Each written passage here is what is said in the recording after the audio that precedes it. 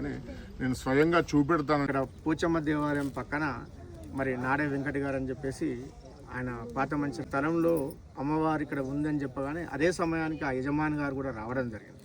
వచ్చిన తర్వాత ఆయన అనుమతితోని ఈ యొక్క స్థలంలోకి వచ్చిన తర్వాత ఆ నైరుతి మూలలో ఇక్కడ అమ్మవారు ఉందని చెప్పేసి మనకు 20 ఫీట్లు బై 20 ఫీట్ల ఆ స్థలం లోపల చూపించడం జరిగింది.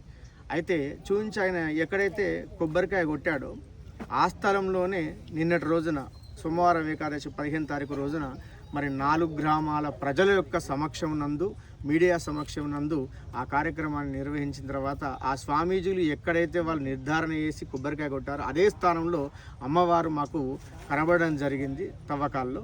కాబట్టి ఆ తల్లిని మేము నిన్నటి రోజున వెలిసాది కాబట్టి 16 సంవత్సరాల నుంచి మేము ఇక్కడ విజయదుర్గ నవరాత్రులు జరుపుతూ ఉన్నాం. కాబట్టి మా గ్రామం అంతా కూడా నిర్ణయం తీసుకుని ఆ తల్లికి విజయదుర్గ అనేటువంటి నామకరణాన్ని కూడా చేయడం జరిగింది.